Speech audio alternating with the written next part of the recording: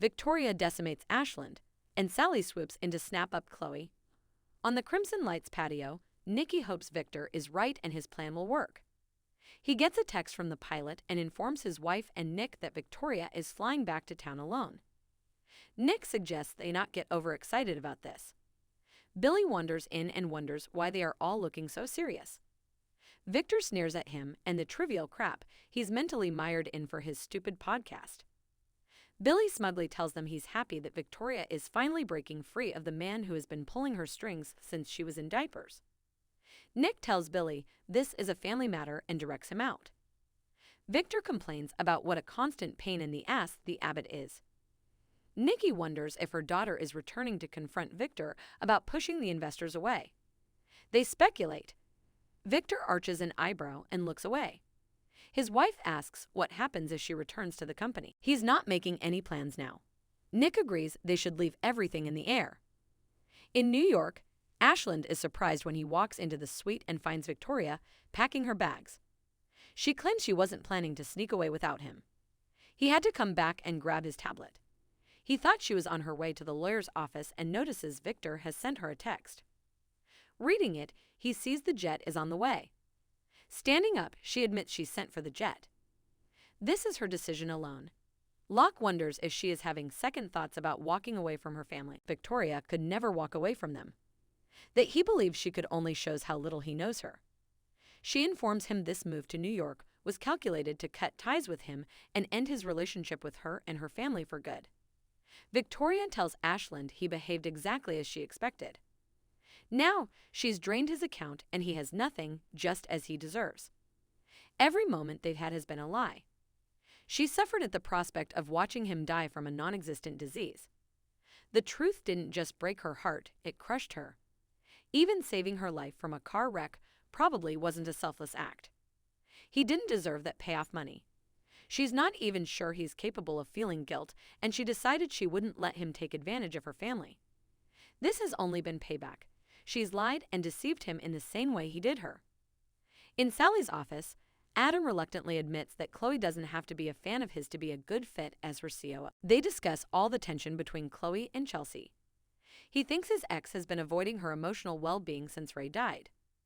Sally gets the impression Chelsea is near the end of her rope. She's startled when Adam informs her that she's been offered a designer position at Marchetti. He's sure that Chelsea will spin out under pressure. Spectra suggests that parting ways could be the best thing for both of them. Adam tells Madam CEOs to hire away and assures her he never had any personal issues with Chloe. He has total faith in Sally's judgment. She loves how supportive he is. Adam gets a text telling him the Newman jet has been sent to New York.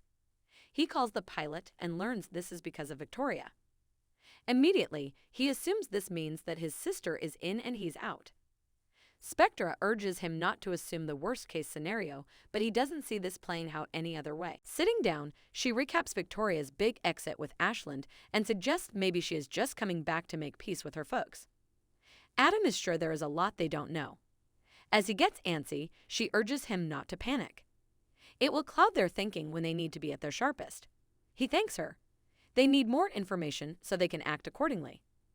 Adam finds his family sitting at Crimson Lights. He was going to use the jet to take Connor to a baseball game in Pittsburgh and learned his request was bounced because Victoria requested it.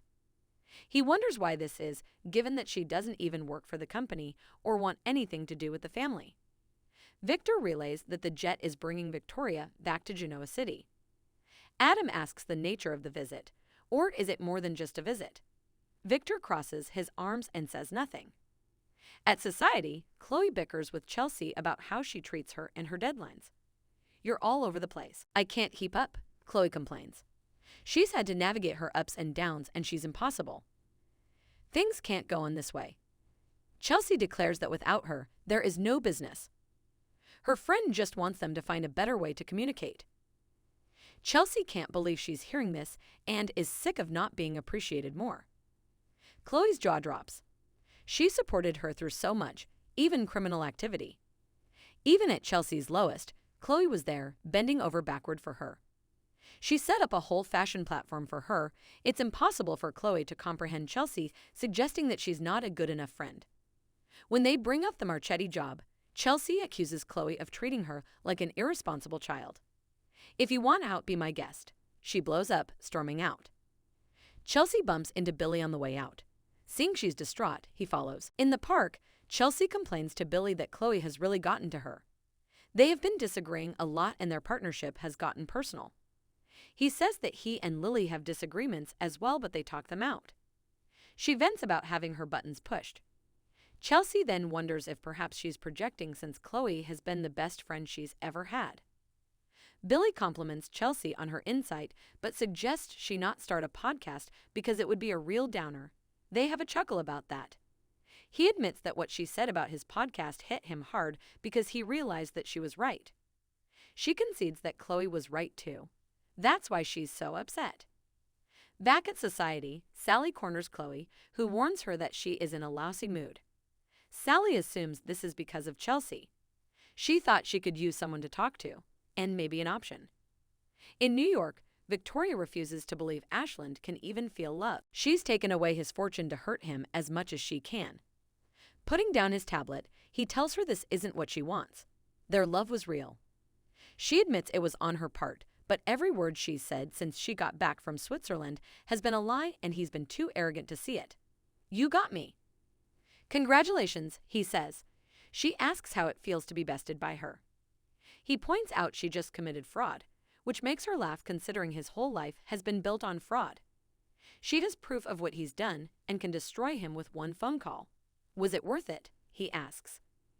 "Yes," she answers, telling him that the plan was hers and so is the satisfaction of crushing him. His name and presence have been wiped from Newman.